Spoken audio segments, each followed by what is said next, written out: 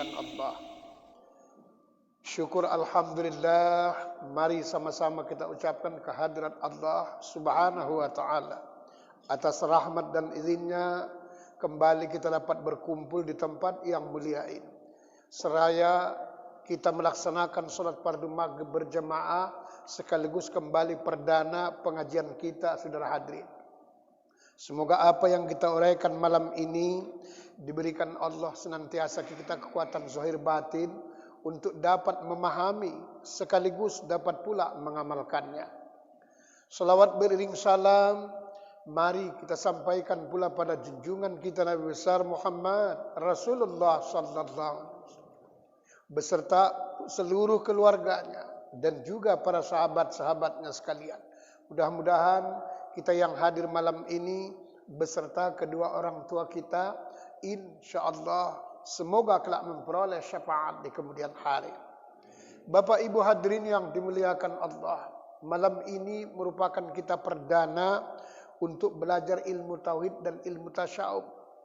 Dan judul ceramah kita Bapak Ibu malam ini mengantisipasi perkembangan zaman menuju abad dunia bebas. Karena kita sadar Pak Bu, sekarang ini orang kepingin sebuah bebas. Tidak mau diatur saudara hadirin. Akibatnya timbullah berbagai macam-macam pendapat, berbagai macam-macam masalah. Oleh sebab itulah malam ini setiap malam Sabtu pertama tiap bulan saya akan mengisi tausiah. Dan khusus kajiannya adalah tauhid tasawuf. Karena memang Pak Bu, kelemahan umat Islam abad modern sekarang memang tauhidnya kurang. Ya, tauhid kurang saudara hadirin. Belum lagi sebentar lagi kita akan mengadakan pilkade, pemilihan wali kota ya kan. Kadang-kadang sedih kita Pak Bu, kasih 200.000 dah, Iman Ronto, kasih kaos, selendang sebiji. Tidak lagi harus seperti itu saudara hadirin. Sebab Allah menyebutkan dalam Al-Quran, dalam surah Ar-Ra'd ayat 11 Allah Subhanahu wa taala berfirman, A'udzubillahi minasyaitonir rajim. Bismillahirrahmanirrahim. Innallaha la yughayyiru ma biqaumin hatta yughayyiru ma bi anfusihim. Tuhan tidak akan merubah keadaan kamu. Apakah imannya, apakah ilmunya, apakah akidahnya, apakah juga keadaannya, jika kamu sendiri tidak berusaha untuk merubahnya. Oleh sebab itulah para bapak maupun saudara hadirin yang dimuliakan Allah. Ada 4 pilar yang perlu kita pahami dalam hidup ini Pak Bu. Yang pertama tersebut, apa tujuan hidup ini? Yang kedua, apa pedoman hidup ini? Yang ketiga, apa gunanya kita hidup? Yang keempat, apa bekal hidup kita ini? Karena kita Pak Bu, semua bakal mau pindah, bakal mau pulang ke perumahan Sukabumi Balikpapan yang berada di alam barzah. Tidak ada satu orang pun yang tidak mau pulang, pasti akan pulang. Apalagi sekarang masih Covid lagi. Saya muak nengok TV saudara hadirin. Kenapa Pak Ustadz? Gak pernah turun-turun Covidnya. Terus tambah terus, entah kapan habisnya nggak tahu kita. Ya, orang sudah banyak mulai reda, Filipina, Thailand, Malaysia udah mulai. Kalau kita terus saja, tambah terus. Kan itunya sebabnya makanya sekarang nggak rame-rame di masjid kan itu dia. Karena banyak orang takut mati di masjid. Padahal lebih bagus mati di masjid ketimbang mati di jalan, saudara hadirin. Ya. Apalagi mati di tempat dugem. Kacau kita jang. Ya. Lagi dugem awak mati apa enggak gawat. Nah inilah hidup ini Bapak Ibu. Ya. Jadi mengantisipasi perkembangan zaman menuju abad dunia bebas. Karena memang orang semua kepingin bebas sekarang. Ya. Tidak mau diatur baik dalam akidah, dalam segala macam. Nanti alasannya hak azazi manusia. Kalau sudah bebas dengan sebebas-bebasnya, ya tidak ada obatnya kita. Zaman jahiliyah lagi balik. Itu pasti. Cuman kalau zaman dulu jahiliyah karena bodoh orang-orangnya. Kalau sekarang kelewat pintar-pintar, saudara hadirin. Dulu zaman jahiliyah nggak ngerti orang pakai baju yang sebenarnya. Karena belum ada baju kain yang bagus. Kulit kayu, daun-daunan, nah itu dia. Kalau zaman sekarang jahiliyah juga sebenarnya sudah mulai.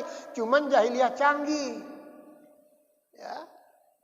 Pakai baju ketutup semua, bukan nggak ketutup. Cuman bukan tutup aurat.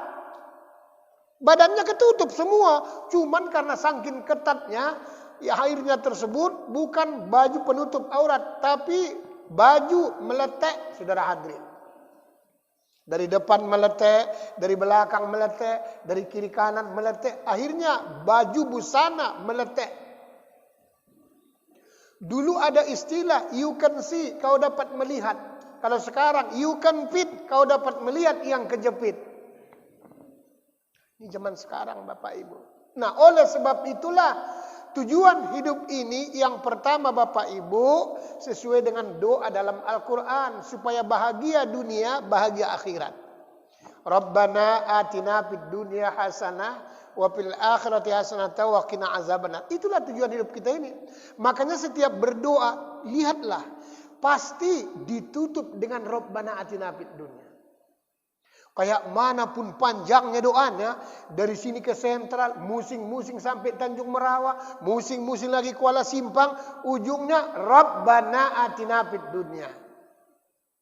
Justru itulah kalau kita Bapak Ibu pergi melaksanakan ibadah haji, nggak hafal doa-doanya yang lain-lain, udah doa sapu jagat udah habis semua saudara hadirin. Udah lengkap itu. Rabbana atina fid dunya hasanah wa fil akhirati hasanah wa qina azabannar. Ya Tuhan, berilah kami kehidupan di dunia yang bahagia. Beri juga kehidupan yang bahagia kelak di akhirat. Jauhkan dari siksa azab api neraka. Amanlah. Jadi kalau bahasa keren sekarang, kalau kita artikan saudara hadirin dengan istilah modern sekarang, bagaimana supaya kaya dunia, kaya akhirat. Nah, itulah dia. Ada orang kaya dunia tapi kere di akhirat, nggak bagus. Ada orang kere di dunia tapi kaya di akhirat, kurang bagus juga. Karena biasanya kalau kere kali di dunia, jarang kaya di akhirat, jarang. Ya, jarang saudara. Lebih parah lagi, kere di dunia, kere di akhirat. Nauzubillah min zalik. Ya. Tengok non Islam itu kan, dia dapat dia salah satu kaya dunia. Ya, apalagi zaman-zaman dulu. Orang Cina tengok. Kapolda aja bisa digantinya saudara hadirin. Nah, orang kaya dia pula. Ku tengok pun kalau orang-orang kaya itu Pak Bu, saya kan udah keliling Indonesia. Memang enak orang kaya kok. Kemana-mana tinggal bawa kartu kredit, tinggal digesek, sak sukses aman. Tapi kalau kita kere, jangankan kartu kredit, kartu penduduk pun gak siap-siap saudara hadirin. Habis belangko lah, mati lampu lah, semua. Tapi coba si asing dengan si asing yang ngurusnya. Jam berapa? 3 jam siap saudara hadirin. Ya, dikipas-kipaskannya 3 lembar yang merah tuh. Ada apa Pak? Ada apa? Ya, ini dia. Udah siap 3 jam. Awak 3 bulan tak siap-siap. Ya. Inilah perlunya kita Rabbana atina fid dunya. Supaya hidup di dunia tersebut bahagia, hidup di akhirat juga kelak bahagia. Dijauhkan Allah daripada siksa azab api neraka. Karena kalau neraka itu Pak Bu, kalau bisa nggak usah kan masuk, dekat aja pun bahaya. Neraka di dunia aja pun nggak enak. Kan nggak enak neraka di dunia. Ada rupanya Pak Ustadz, tamsilannya ada neraka di dunia. Kenapa? Suami istri nggak pernah cocok, tiap hari berantem aja. Kalau nggak berantem sama suami, sama istri. Kalau nggak sama tetangga, sama anak. Sama siapa, berantem. Nggak enak hidup itu, saudara hadirin.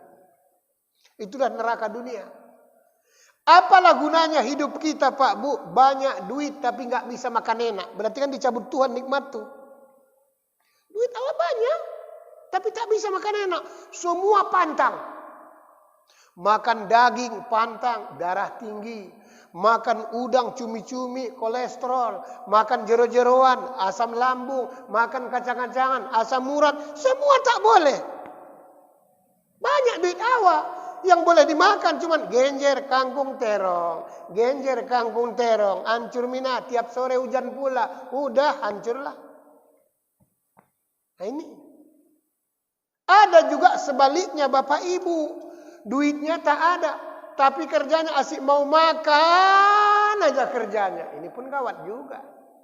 Pantang diajak undangan. Oi, malu awak. Kenapa? Ngambil dagingnya sampai 5. Nanti kalau enggak habis dibungkusi bawa pulang. Alasannya daripada sayang. La ilaha illallah. Kita wirid bagian orang pun disantapnya juga. Tolonglah yang itu Pak. La ilaha illallah. Ini pun gawat juga. Dicabut Allah. Nikmat tuh. Banyak duit kita Bapak Ibu. Naik pesawat ketakutan jatuh. Naik kapal laut takut tenggelam, naik kereta api takut tabrakan, naik mobil mewah pakai AC lengkap nggak tahan muntah-muntah. Malah diajak naik ondong-ondong nggak mau turun-turun keliling kampung, saudara hadirin. Apalah enaknya hidup ini. Nah inilah tujuan hidup ini yang pertama. Supaya bahagia dunia Pak, bahagia juga kelak di akhirat. Selamat dari siksa azab api neraka. Bagaimana caranya Pak Ustadz? Kata Nabi, salah satu caranya, man aradat dunya fa'alaihi bil ilm. Barang siapa yang ingin hidupnya bahagia, sukses dunia, kuasai ilmu. Wa man aradal akhirata fa'alaihi bil ilm. Barang siapa yang ingin sukses bahagia akhirat, kuasai ilmunya.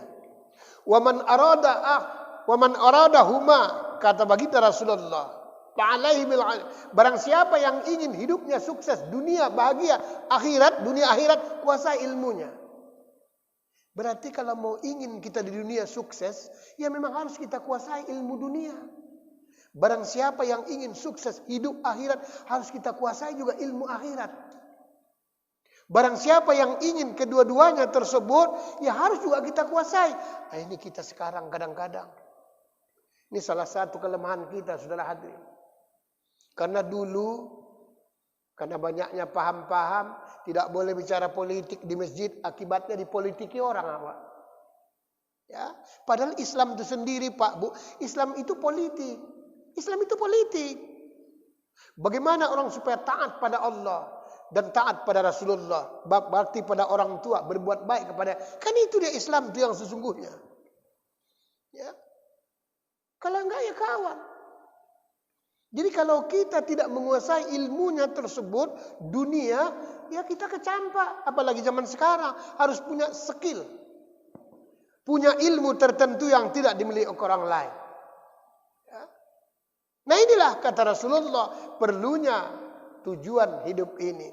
Supaya bahagia Bapak Ibu, dunia dan akhirat. Ini yang pertama. Minum kita dulu Pak ya. Bapak-bapak, ibu-ibu yang enggak ada air, ya nengok aja lah. Bismillahirrahmanirrahim. Ya maklum masih pertama, perdana ya. Besok-besok kita ngaji lagi kalau bisa ada akuanya. Daripada sama minum semuanya. Jangan sampai berdosa saya. Ada yang kepingin minum tapi tak ada. Nah, tengokin nyawa.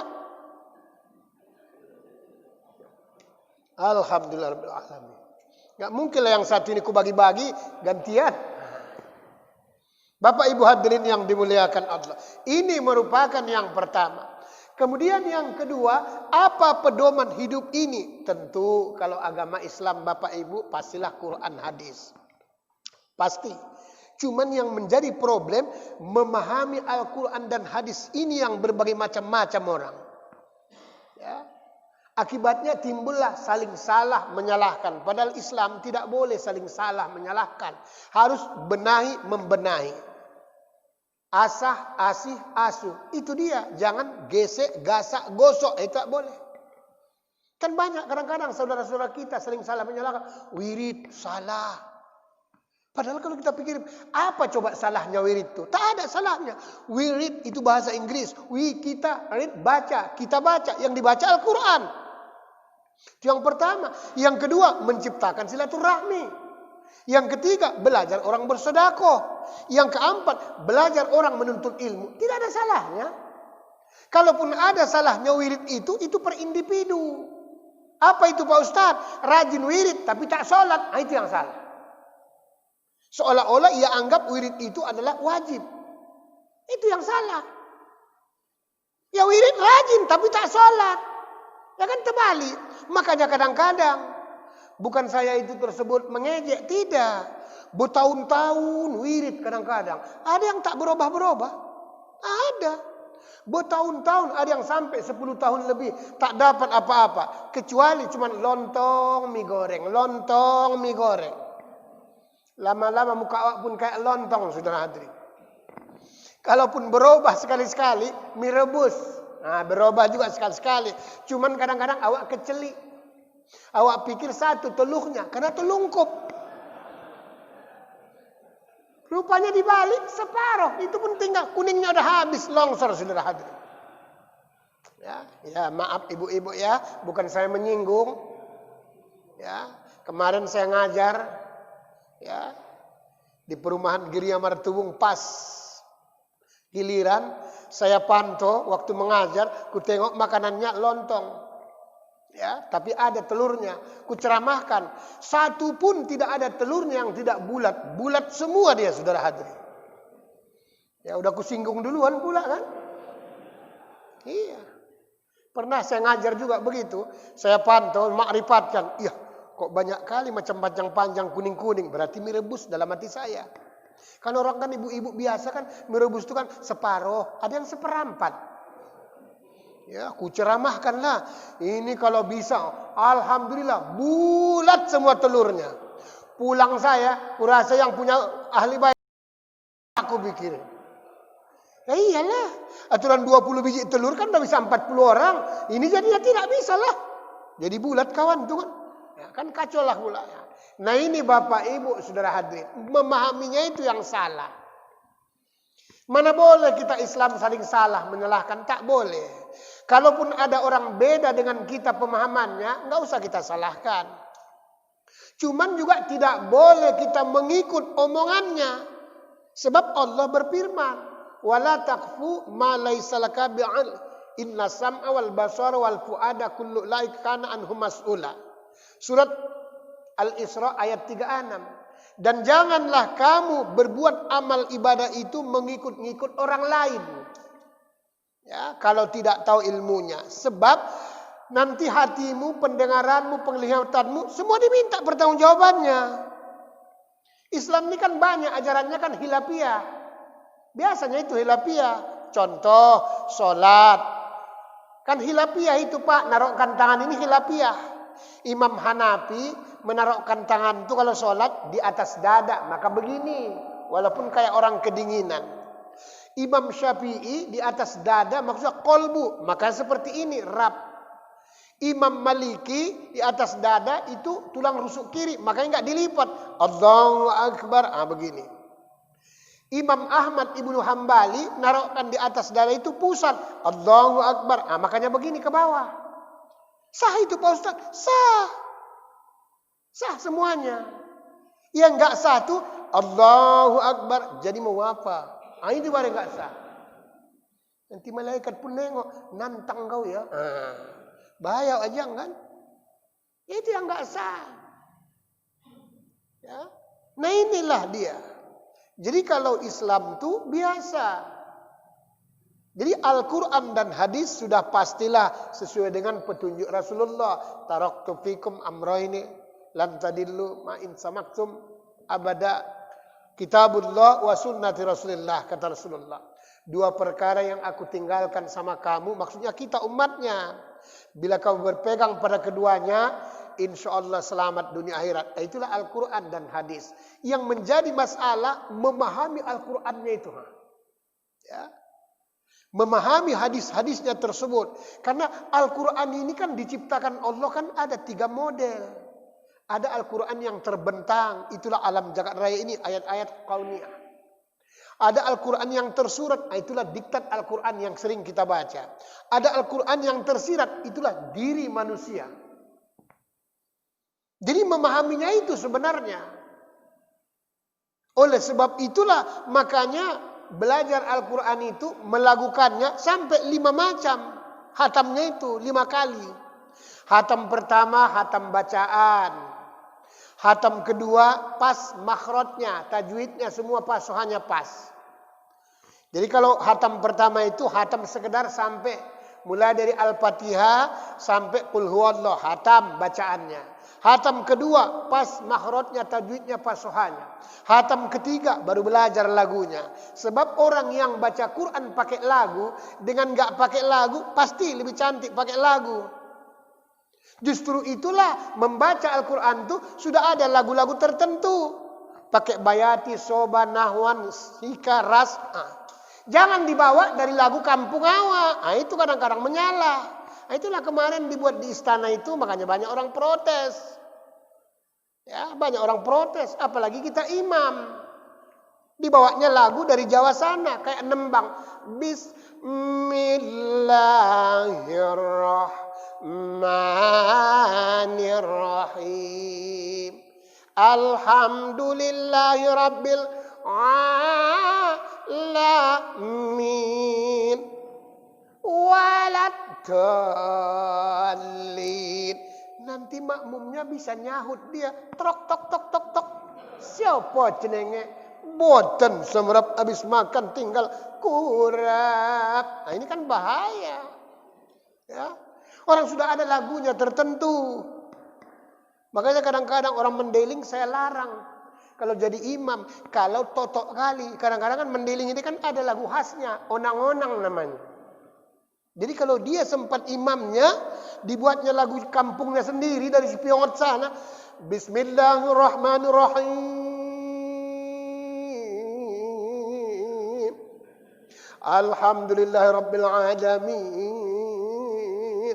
Awak makmumnya pun di belakang teringat pulang kampung awak.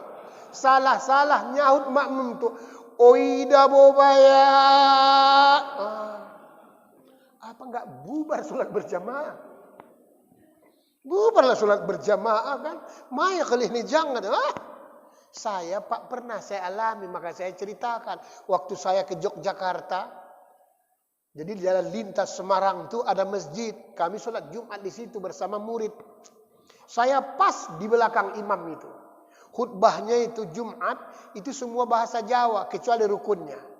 Cuman pada saat tersebut baca Fatihah dia memang lagu nembang itulah. Bismillahirrahmanirrahim. Alhamdulillahirabbil alamin. Jadi waladhalin. Kayak orang belajar marhaban. Awak pun tahu bawa hawa lagu tu awak. Amin. Terbawa. Demi Allah. Kan tak boleh kita berbohong ya kan. Siap solat ditengok murid. Saling tengok tu. Apa kok nengok? Ustaz kok ketawa. Dia pula. Rupanya dia pun rasa dia kurang sah juga solatnya rasa dia. Ya gimana mau dibuat? Nggak mungkin kita jadi imam. Karena orang itu kan nggak tahu kita tamu. Lebih abdul orang tempatan. Kecuali tamu itu tahu. Itu beda. Nah inilah dia hatam ketiga belajar. Baru hatam tersebut. Yang keempat. Baru pelajari maknanya. Makanya wirid-wirid itu sebenarnya Pak Bu. Bukan perlu kali sebagai Yasin itu aja yang dibaca, enggak. Kalaupun Yasin itu maksudnya coba sekali-sekali ya, baca 7 ayat artikan, baca 7 ayat sambung lagi artikan. Tujuannya supaya paham. Nanti kalau ada yang enggak tahu ayat itu, catat ayatnya, tulis surat berapa, ayat berapa, pas ngaji tanyakan ustadznya. Begitu sebenarnya. Tapi kita kadang-kadang seremonial dia. Kalau menurut logika Bapak Ibu, kalau sudah 20 tahun kita wirid, seogianya Yasin itu surat Yasin udah hafal loh. Udah hafal aturannya. Bayangkan baca Yasinnya aja bukan surat Yasin. Baca Yasin aja kadang-kadang ada yang wirid itu sampai 21 kali. Yasin, Yasin, Yasin. Sampai jeber bibir awak saudara hadirin. Ya. Yang lebih parah, ada yang baca Yasin itu pun tidak pakai huruf Arab. Nah ini yang gawat, pakai huruf Latin. Tahulah namanya huruf Latin. Lain-lain cetakannya, lain-lain bacaannya. Ada yang Yasin, Yasin, Yasin. 21 kali. Dari rumah wirid itu tak jauh. Siapa? Namanya si Yasin. Hayya. Itu orang kok panggil-panggil aku malam Jumat. Ada apa? Orang Yasin, Yasin, Yasin. Ada satu lagi. Lain lagi cetakannya. Yasin, Yasin, Yasin. Gimana mau masuk surga? Gimana mau dapat syafaat? Gimana mau dapat pahala? Ya. Coba dibaca bagus. Ya. Subhanallah wa bihamdihi, subhanallah wa bihamdihi. Sebenarnya bukan begitu bacaannya Pak Bu. Bukan. Kita yang hidup dimatikan, yang mati dihidupkan. Seharusnya bacaannya subhanallah wa bihamdi. Kalau tahan napas kita, subhanallahi wa bihamdihi, subhanallahi wa bihamdi. Begitu bacaannya. Kalau tahan, kalau enggak satu-satu napas, subhanallahi wa bihamdi, subhanallahi wa bihamdi. Kan begitu aturannya. Tapi kita tidak. Yang hidup dimatikan, yang mati subhanallah wa bihamdi, subhanallah wa bihamdi. Padahal salah.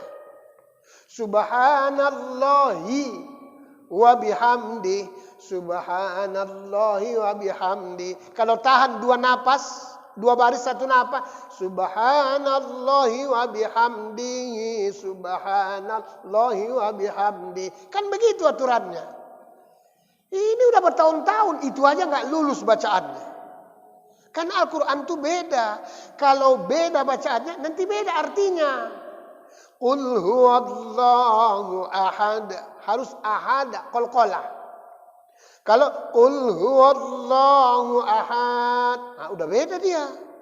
Qul huwallahu ahad, katakan ya Muhammad, Allah itu esa. Tapi kalau qul huwallahu ahad, katakan ya Muhammad, Allah itu banyak. Gawat kita. Itulah perlunya dipahami. Nanti hatam yang kelima baru belajar ilmu hikmah. Ini jarang orang dapat. Kenapa ya? Kok alif itu kok lurus? Ba kok bengkok titiknya satu. Padahal ba, ta, sa. Sama itu Pak Bu. Cuman beda titiknya. Berarti ada maknanya. Ada. Ya. Jim, ha, ho. Itu sama Pak semuanya. Cuman beda titiknya. Berarti ada maknanya. Ada. Ya. Itulah sebabnya alif sampai ya. Alif, ba, ta, sa sampai ya. Alif itulah menunjukkan sifat Allah Subhanahu wa taala. Itulah tok yang lurus. Ba sampai ya itu sifat baharu, sifat manusia. Jadi kalau belajar ilmu hikmah nanti ketahuan dia. Kalau si Polan namanya ini pasti begini orangnya. Kalau si Polan namanya begini pasti memang begitu. Cuman tidak semua orang paham karena harus belajar ilmu hikmah. Itulah Luqman dan Hakim dalam Al-Qur'an itu.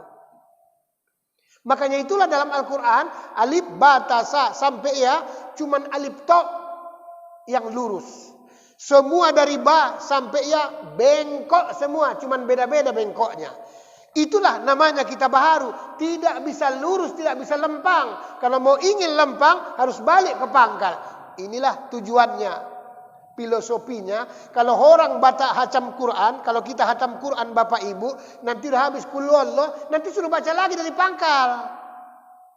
Dari pangkal lagi balik satu ain di pangkal. Maksudnya tidak boleh berhenti terus menerus gali Al-Quran. Itu maksudnya. Jadi kita kadang-kadang tidak. Supaya mampu kita jadikan pedoman hidup Al-Quran itu. Kalau tidak jumpa di Al-Quran, kata Allah, barulah pakai hadis Rasulullah. Hadis ini pun harus kita pahami dengan benar. Jangan sikit-sikit bid'ah, sikit-sikit bid'ah. Akibatnya apa? Kita tidak beramal ibadah. Enggak mungkinlah amal-amalan yang sudah dibuat oleh para wali-wali Allah, ulama-ulama zaman lalu, enggak mungkinlah enggak ada manfaatnya. Ada. Makanya sunnah Nabi itu 3 macam. Ada yang sunnah fi'liyah, gerakannya, perbuatan Nabi. Ada yang qauliyah, ucapannya. Ada yang takririyah, diamnya Rasulullah. Kalau kita mengadu Rasulullah, dia diam, berarti itu termasuk, berarti boleh. Nah, begitu dia dibuat sahabat. Contoh, sholat sunat, wudhu, mana ada dalam hadis Rasulullah? Tidak ada. Tapi yang mengamalkan itu Bilal bin Rabah, tukang azan, saudara hadirin. Sampai-sampai satu ketika Bilal bin Rabah dipanggil oleh Nabi. Bilal, ada apa ya Rasulullah? Sini dulu. Bilal bin Rabah kaget. Ada apa agaknya ini dalam hatinya? Sini dulu. Ada apa ya Rasulullah? Apa sebenarnya amalanmu yang sangat luar biasa? Enggak ada ya Rasulullah.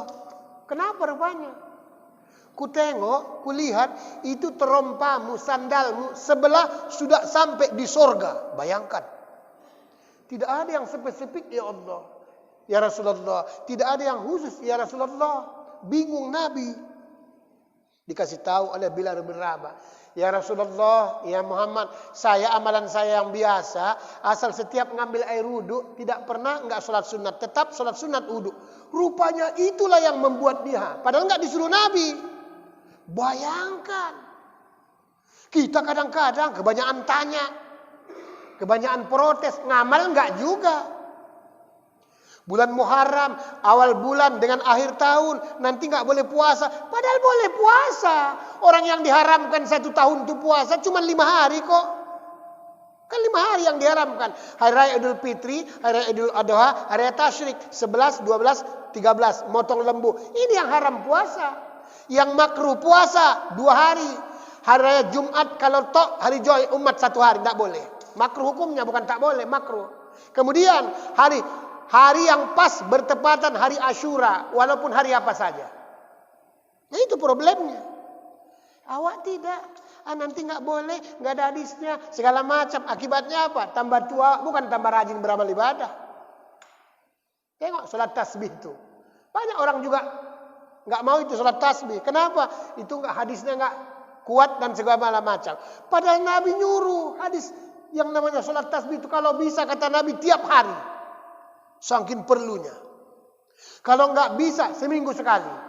Kalau enggak bisa sebulan sekali. Kalau enggak bisa setahun sekali. Kalau enggak bisa seumur hidup sekali minimal. Nah, kita riset secara agama lebih dalam, saudara ini. Tasbih itu apa? Kan nama taman, Pak Bu. Ada taman Rayyan, tempat orang rajin puasa. Ada taman tahajud, tempat orang rajin tahajud. Taman duha, taman witir, termasuk taman tasbih. Mari kita lihat Pak, nggak usah ke akhirat. Di dunia aja, kalau orang sudah tinggal di taman tasbih, bergengsi orangnya, saudara hadirin. Bergengsi. Paling sedikit sana 3 mobilnya. Hah? Kalau udah tinggal di sana, kita makanya nggak bisa tinggal di sana. Orang belum bergengsi awak kan? Iya jelas dia bilang. Mana bisa sembarangan orang sana tinggalnya? Di atas rumahnya pun kadang-kadang ada kolam renangnya, apa nggak enak? Kita pun ada juga kolam renang, cuma di belakang peceran. Nah, itu baru tasbih di dunia, saudara hadirin. Belum di akhirat, subhanallah, bukan tanggung. Nah, inilah pemahaman itu. Akibatnya sibuk berdebat, tapi kita enggak juga ngamal. Ya. Waktu isya kita jam berapa, Pak? 41. Aku tengok jam tuh enggak jalan-jalan. Kacau kali.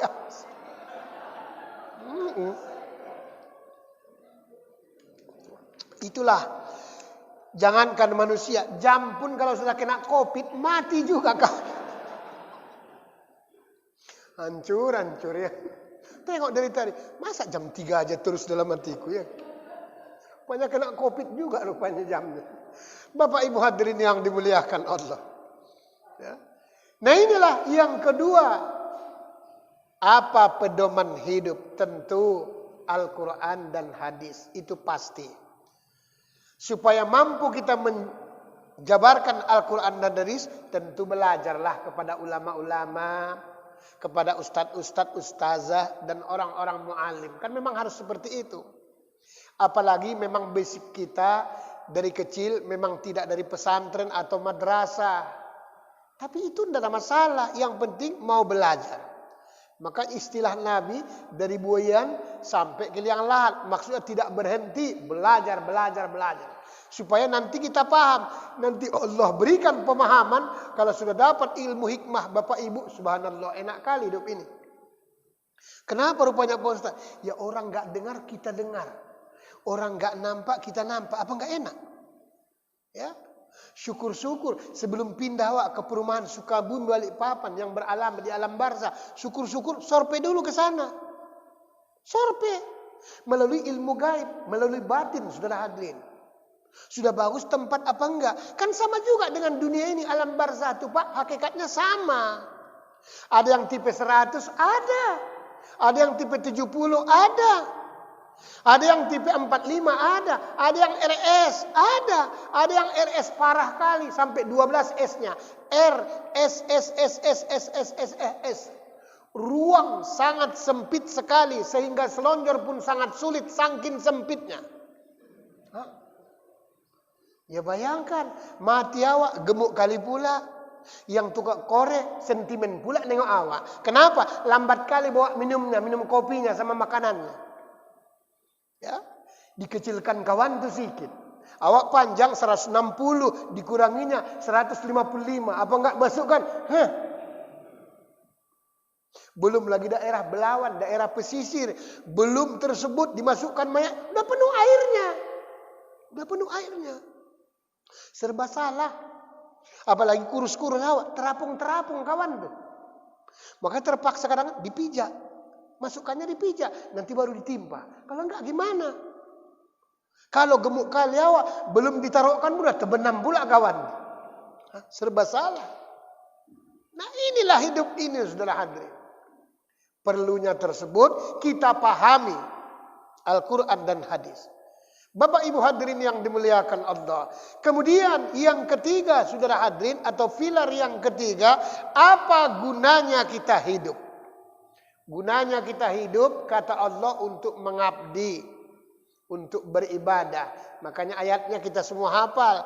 Wa ma khalaqtul jinna wal insa illa liya'budun. Dan tidak aku jadikan jin dan manusia kecuali beribadah, mengabdi. Makanya kalau bisa hidup kita ini Pak Bu, dari ujung kaki sampai ujung rambut harus bernilai pahala. Itulah kelebihan salah satu jalan gajah. Ya, majelis ta'lim tabligh itu salah satu kelebihannya tersebut, diajarkan orang semua harus pakai doa supaya ada ibadahnya. Minum tidak boleh pakai tangan kiri, karena tangan kiri tidak dapat pahala. Kalaupun pakai tangan kiri karena berselemak boleh, tapi ditopang. Nah itulah dia. Maaf kata, bergaul suami istri harus pakai doa. Allahumma jannibna syaitan wa jannibna. Kan hidup ini sudah dapat pahala, enak lagi, cobalah. Iya kan? Tapi gitu pun kadang-kadang baca juga orang nyeloteh, enggak pakai doa, enggak sempat Pak Ustadz, kebelet. Ya udahlah. Anaknya pun lahir kebelet. Nanti baru bikin nama anaknya pun salah pula. Kenapa? Ikut artis-artis. Artis nama bapak sama mamanya digabungkan. Kebetulan bapaknya si John, mamanya si Hati, anaknya Jonti. La ilaha illallah. Menggatal saja kerja udah besar. Ada yang supaya keren, mentang-mentang bapaknya Tengku, mamanya orang Arab, anaknya Tengkurap. Kemanapun dia aja asik mau ngantuk aja bawaannya, orang Tengkurap. Ada yang supaya ke barat-baratan, bapaknya Tengku, mamanya orang Padang, dibuat nama Tengku Boy Caniago. Wah, memang keren, Tengku Boy Caniago. Padahal kalau disingkat TBC. Sesaat aja napas kawan itu saudara hadirin. Inilah hidup. Ada yang ketinggian nama. Dibuat namanya Nur Cahaya Surya Sinar Mentari Padri. La ilaha illallah. Awak nengoknya dia pun silau saudara hadirin. Ada yang ketinggian nama. Dibuat nama anaknya Nur Nar Cahaya Neraka. La ilaha illallah. Sakit-sakitan aja. Inilah hidup. Semua Islam itu ada doanya supaya kita menjadi ibadah. Paling enak. Bayangkan ke kamar mandi pun awak kebelet, Ada doanya, cuman tak boleh dibaca di dalam, di luar dibaca. Keluar pun nanti di luar dibaca. Makanya kalau kita Bapak Ibu lagi di kamar mandi, buang hajat, maaf kata, tidak boleh cakap-cakap. Apalagi sambil makan bonbon, bongkar muat namanya. Ada kadang-kadang sambil dia tersebut di kamar mandi, seminggu lagi mau tanding marhaban. Lagu marhaban masih kurang hafal. Ngapal-ngapal di kamar mandi sambil ngedan. Walang, la ilaha illallah. Ini kan salah kaprah. Islam itu paling enak. Semua kalau kita tahu ilmunya jadi ibadah dia. Bayangkan, tengok Pak Bu. Udah habis waktu. Nah, udah habis waktu. Apa boleh buat, ya kan? Ya udah kita sambunglah bulan depan lagi. Ya mudah-mudahan baru 3 tersebut kita uraikan karena kajian kita bersambung nanti terus, ya. Jadi mudah-mudahan semoga apa yang kita uraikan diberikan Allah senantiasa kita keberkahan. Akhir kata mohon maaf lahir dan batin. Wabillahi taufiq hidayah. Assalamualaikum warahmatullahi wabarakatuh.